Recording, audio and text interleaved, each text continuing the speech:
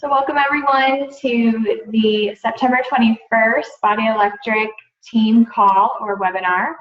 I'm Abby Ram. I'm a diamond coach on the Body Electric team and I'm leading the call tonight.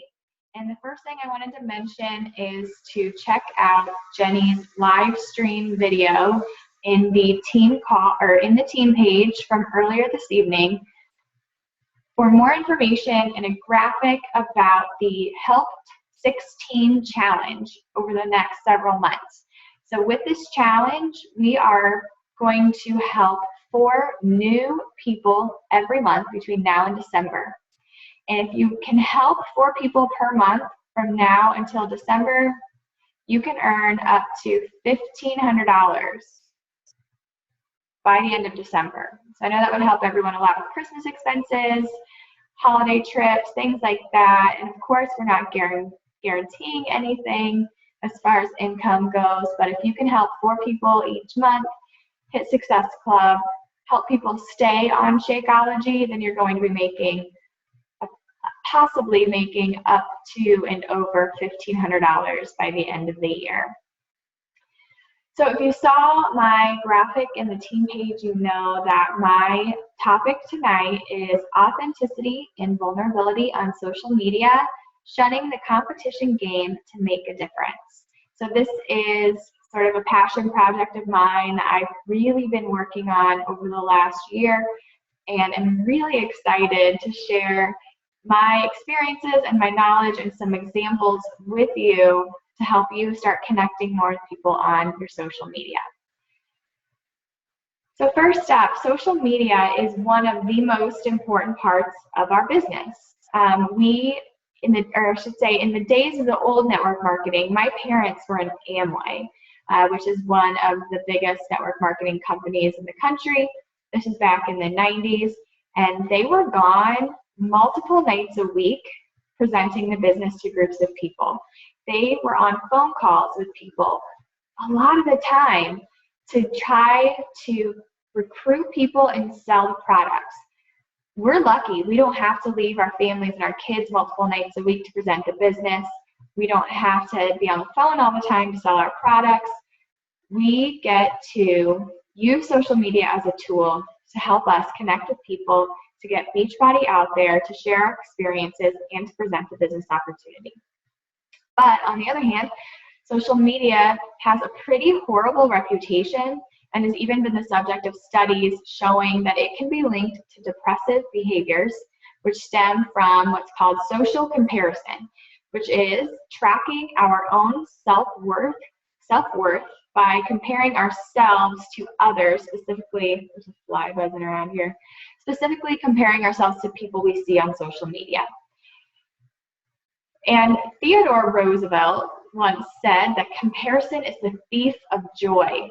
So when people are comparing themselves to others, and coaches, we fall into this trap too, we get our joy sucked out of us. This business won't be fun anymore if you're constantly comparing yourself to other coaches.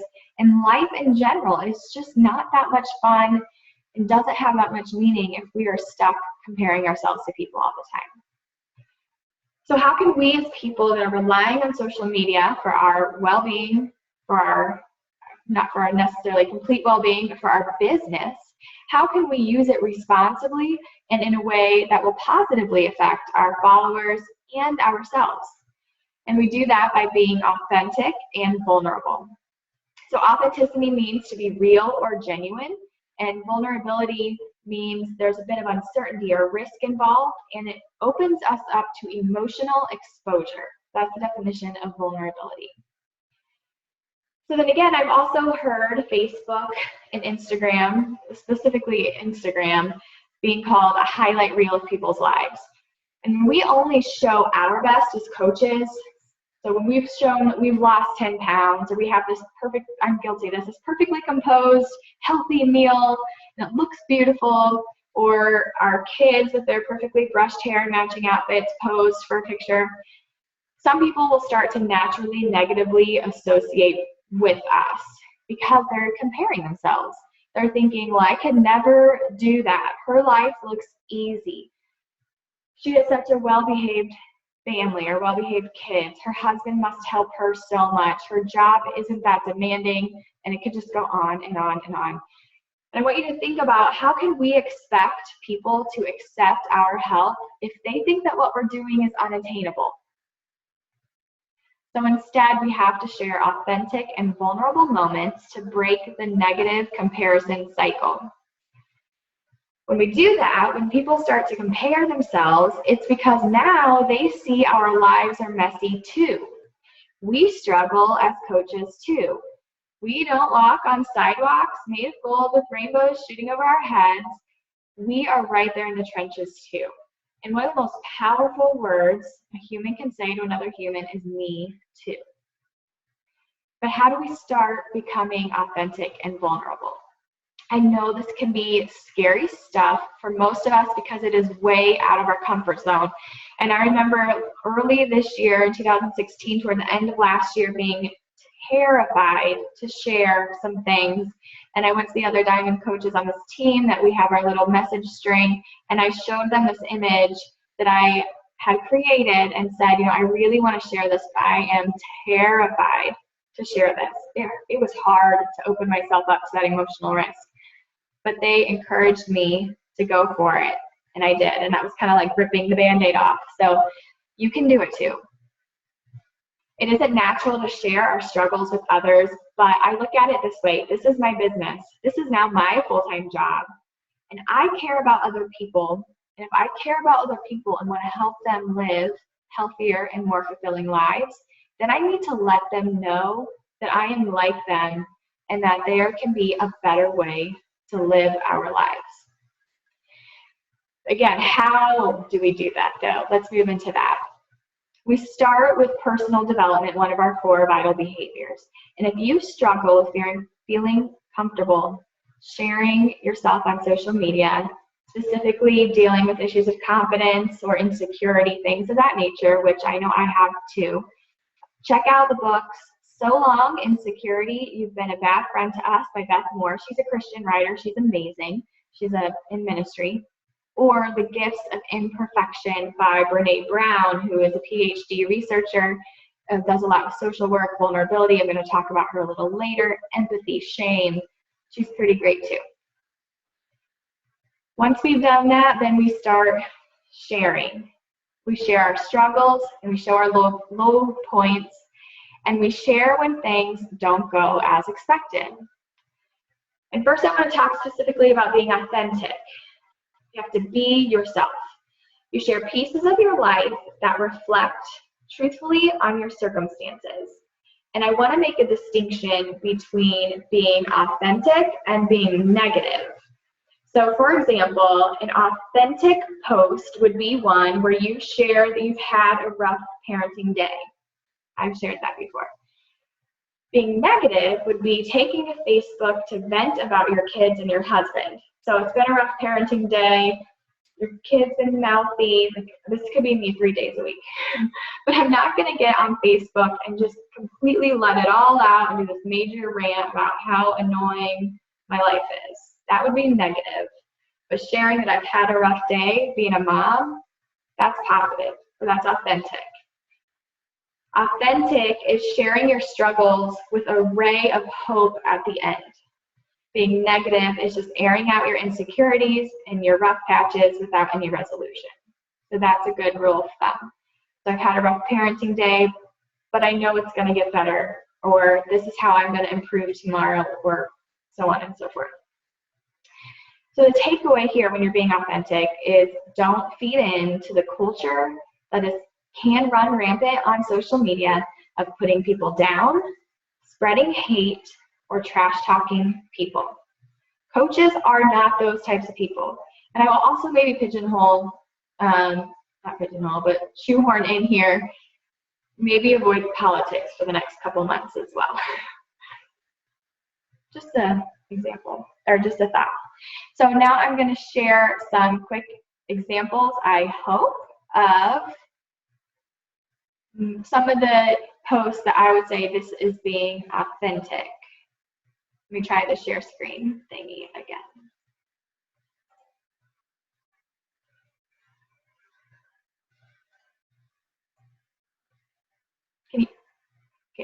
Tara, can you see a picture of me? Okay, good. All right, so this was from this past August. My family and I went to the state fair. We ate an elephant ear, which is something I've grown up with, and it's like my favorite thing ever.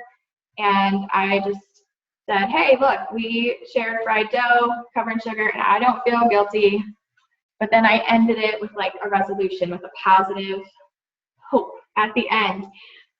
Did I eat anything else gross? No. And it's all about choices. I could have said it's all about balance, whatever. But that's one example where I made it clear that I did go eat the fried everything stand, you know, one indulgence, and then we're done. And this next one here, I did say this was earlier. There's a lot of sweets in August. So the next one was earlier that month. Life is about balance. It's a donut kind of day. That's just a really cute picture, and those are my favorite donuts ever. And so I thought I'd share it.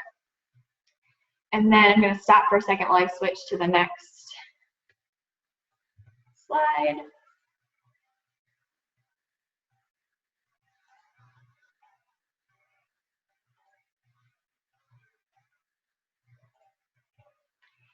And then here is with my fitness. Okay, so right now I'm doing Insanity Max 30. I am almost done. Hallelujah. It has been like the hardest program I've ever done in my life. Not because the fitness is super hard, because it is, but because I just don't like cardio. And this thing is cardio for 60 days.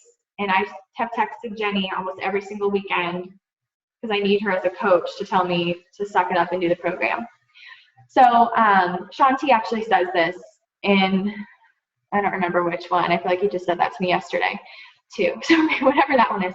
The hardest part is pushing play. And so here in this post, I was just making it clear to my people, like, I struggle with my workouts. It's not always easy, even as a coach, to just push play and get it done.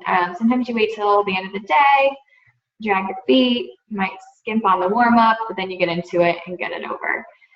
So you're there at the end.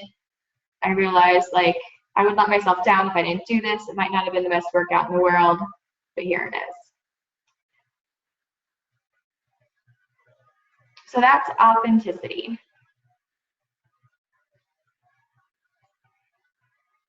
So second, let's talk about vulnerability.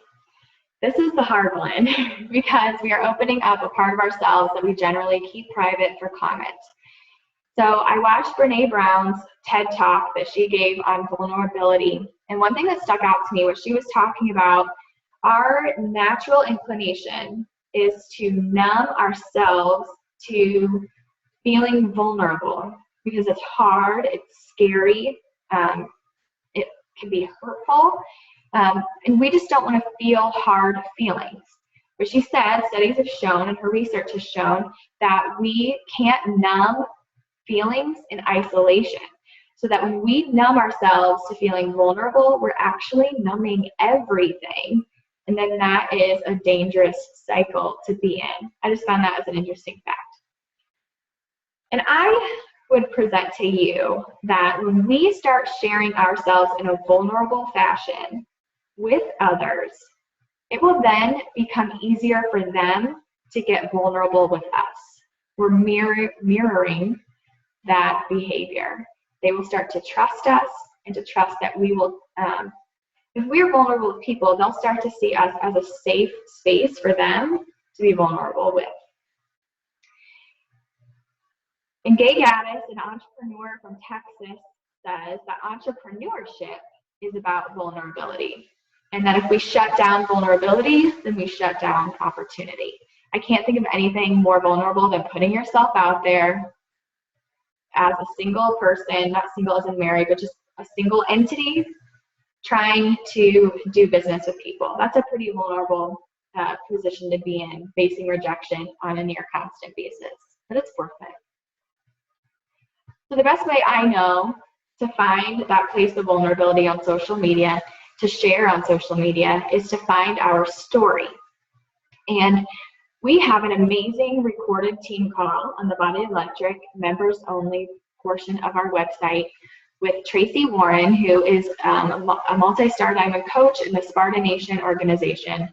And she walks you through the steps to find your story, because I got to tell you, I grew up in small town Indiana, middle class, standard girl. I didn't think I had a story to share, and I found my notebook from this workshop that I did with her. I don't know where it went, but I was leafing through it today, and it brought back the feelings I felt when I was going through that exercise with her. And I found my story through that, and it was amazing. And so even if you think you have nothing to share, and I'm not talking weight loss stories, it can be, and it doesn't have to be something profound, doesn't have to be tragic. Just what makes you you is your story. It's a great exercise, and I'm going to post the link to that recorded call as a comment to this recorded call when I post it in the team page. So you'll have 2 calls. If you're not listening to this live, then you have 2 calls to listen to. But if you are listening live, bonus, you get to do that one later if you haven't already done it.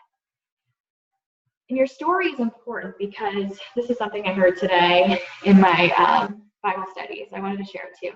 Your story is important because you cannot amputate your history from where you're going in the future, because what's happened and what will happen is all connected to the same root. Consider that. So we can't amputate our history. We've got to tell our story if we want to get people on board with us to move forward into our future. And we start by sharing just pieces of our story, and it's not always the same pieces. It's not always the whole story, though you might do that. Mine was like 3 pages long. I don't share all of it at once. And as we evolve, our story can evolve with us.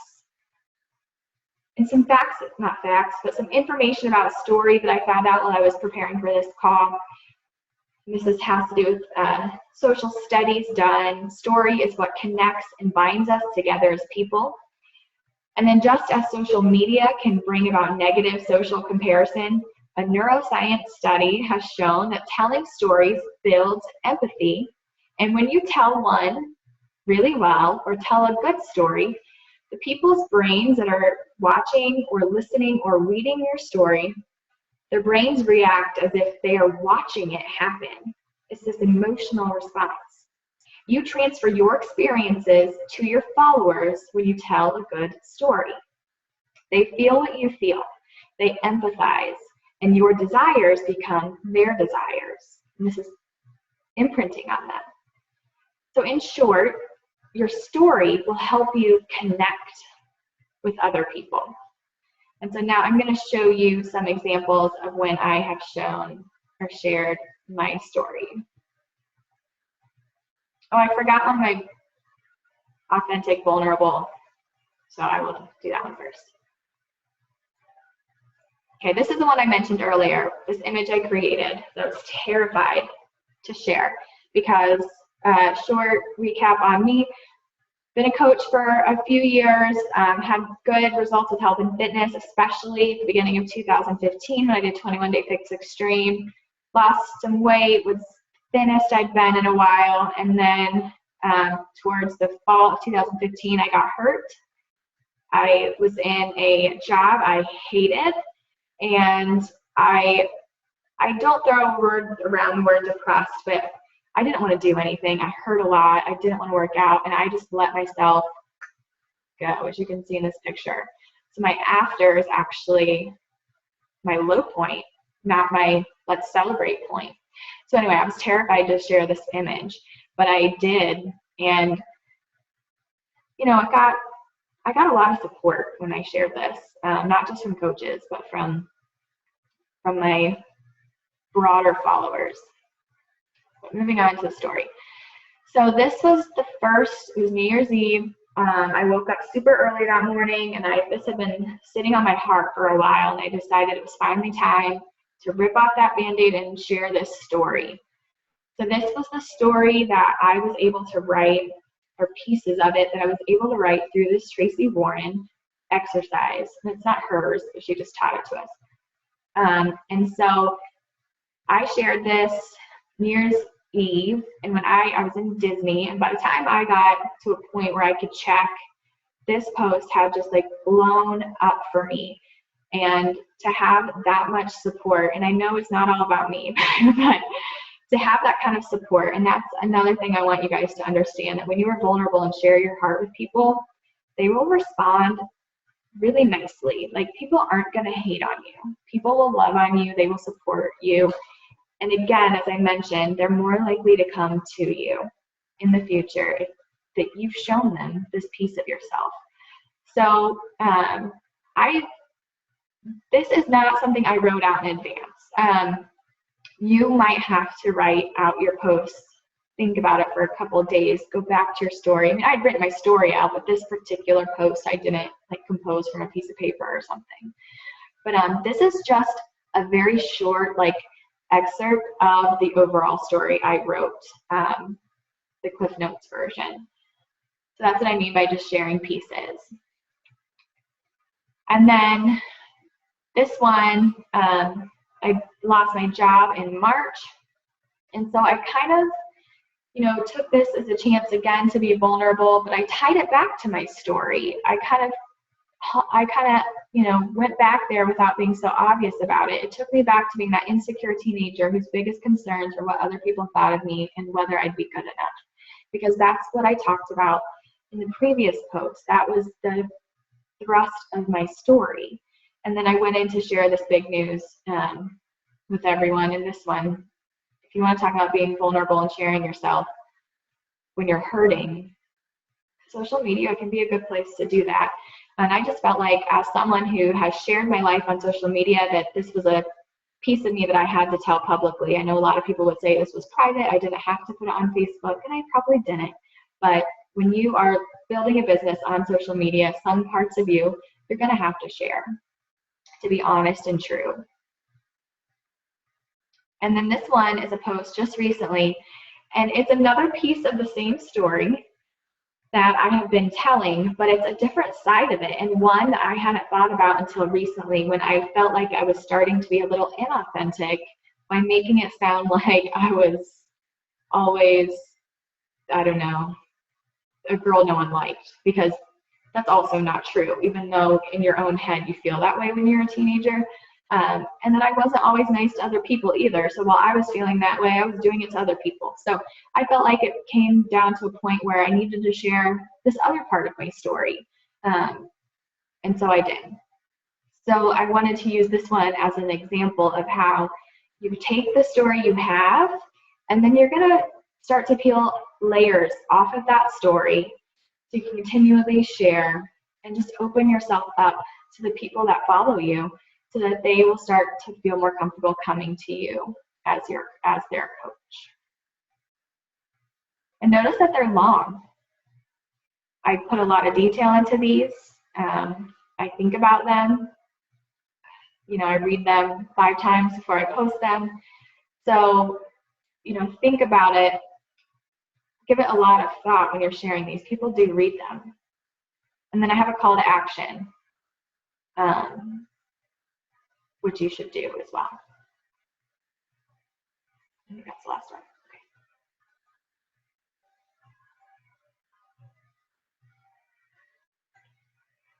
So the power of your story, because our business is about building relationships and connecting with people, is that you are building connections with them before you dive into private conversations with them. So I'm not getting into that piece of things, private conversations, but when you start to put yourself out there on your page, people are going to feel like they know you better, so that when you start asking them questions, it's not just like this weird probing thing. They feel like they know you a little bit, and that helps build that connection before you even get started on your conversation. I want to make a quick note about telling stories, and it's that not every single post that you put out on social media has to be a story, obviously. You don't have to write 3 paragraphs or 4 paragraphs on every single social media post, but sprinkle it in there, maybe once a month, maybe every other week. I've been doing a training right now called Art of Recruiting with a John Maxwell coach, where he suggests twice a week, and that's Transformation Tuesday should always have your story woven through it, and then Turn Back Time or whatever TBT on Thursdays, Throwback Thursdays, sorry, I'm like, what does that stand for? Throwback Thursdays can also then weave into your story.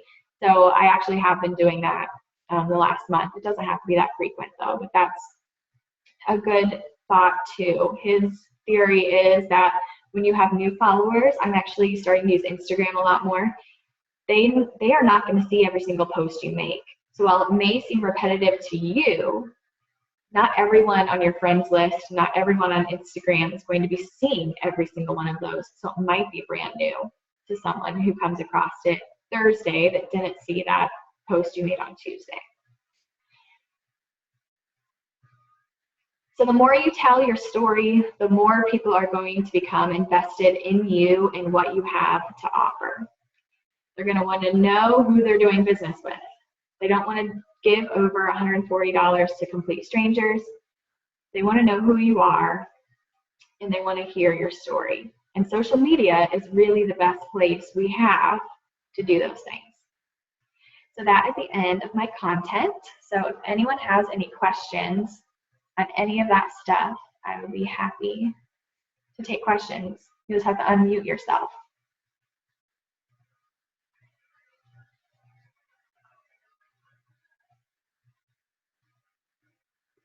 Or comments.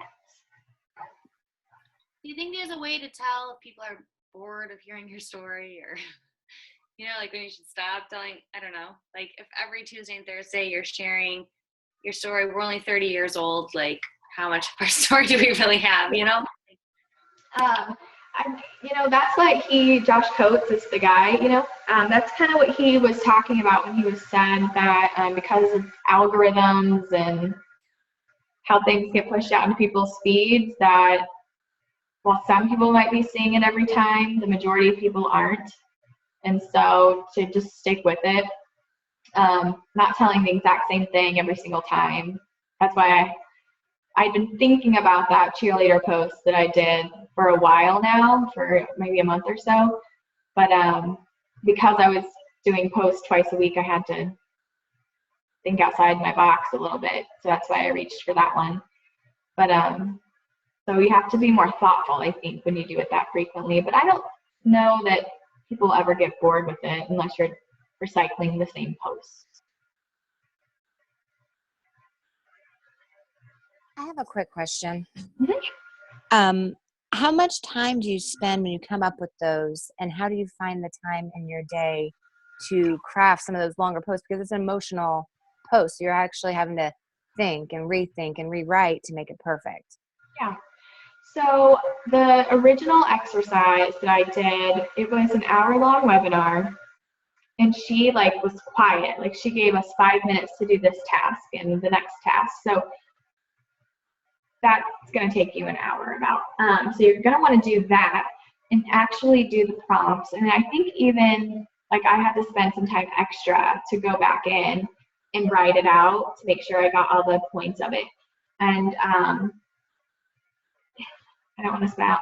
I don't know. I kind of just remembered it.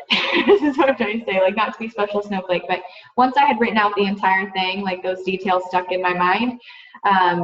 And so I think that first initial draft that you write, that's everything you can think of, for me at least, that helps let it sink in. I mean, that was a year ago, but I still remember some of the phrases and everything.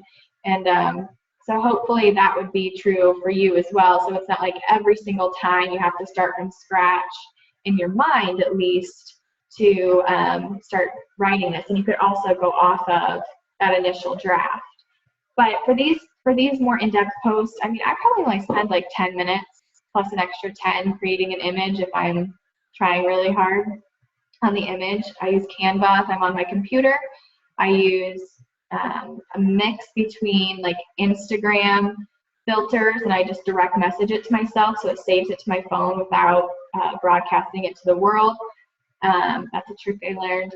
Then I will upload the picture I like with the filter I like to WordSwag, and then I put the text that I might like, or do a collage and a beautiful mess and upload that to this other app called Studio I like.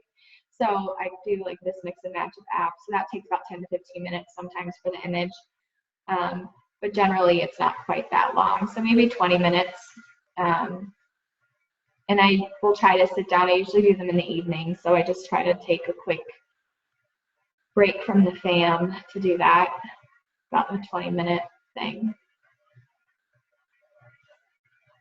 Sorry, I did not see any of these messages to right now, the text chat thing. Yeah, Erin, so I have almost felt that way too. And so, for example, when I lost my job and I made that announcement post, I made sure I even just like straight up put at the end for that one, because that was like a major life event. Like, I don't need your sympathy and like pity, that type of thing. I think it's the balance between the call to action and the call to hope at the end that clues people in to you not asking for sympathy. To show people when you're telling your story that while it might not be an issue that you've completely resolved in your heart, it's not a painful thing. I mean, maybe it is. For me, like, the point of telling my story is that I'm overcoming with the help of support, fitness, healthy mindset. So that's always I should have probably put this in the main content. That's sort of like the tone of the story. It's not just these bad things happened, or I had this struggle and now I'm better, that there's a reason why there's been improvement that's been made. And I think that helps tone it out. I could be wrong, but that's my opinion on it. You're welcome.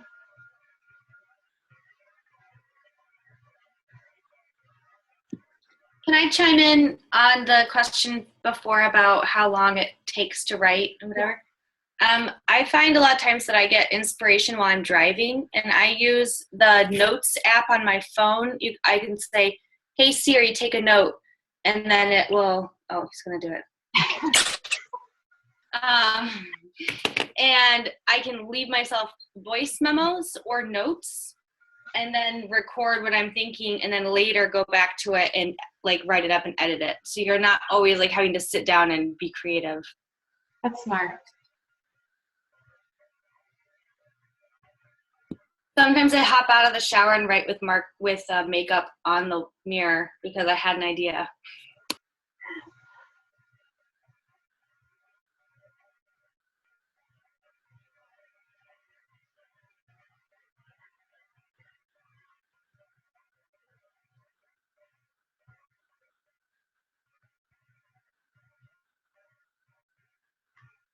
All right. If there aren't any more questions or comments, we'll wrap up. I'll also remind you guys, we still have that amazing promotion with all of the most popular challenge packs on sale for $140. The health bet is going on. Remember to remind your people at the end of the week to log if they've forgotten previously. And we have new rounds of our challenge groups starting in October. Be checking for announcements on that and how we will be utilizing the new Body Electric like page to create events instead of the holding groups we tried before. We're going to try the events. I think people respond to those really well as a holding page for our new groups. And then utilizing the MyTracker app. So hopefully that's going great for everybody. I know our little health group, it's not so little, but our health vet group is going well. So if there's nothing else, I'll stick around for like a minute in case someone says something. But we're done. See you later. Thank you, Abby. You're welcome. Thank you guys. And I did love that call with Tracy Warren. It totally made you open up to things that you never would have imagined ever you were going to put out there. I totally agree. All right. See you guys. Good night. Night.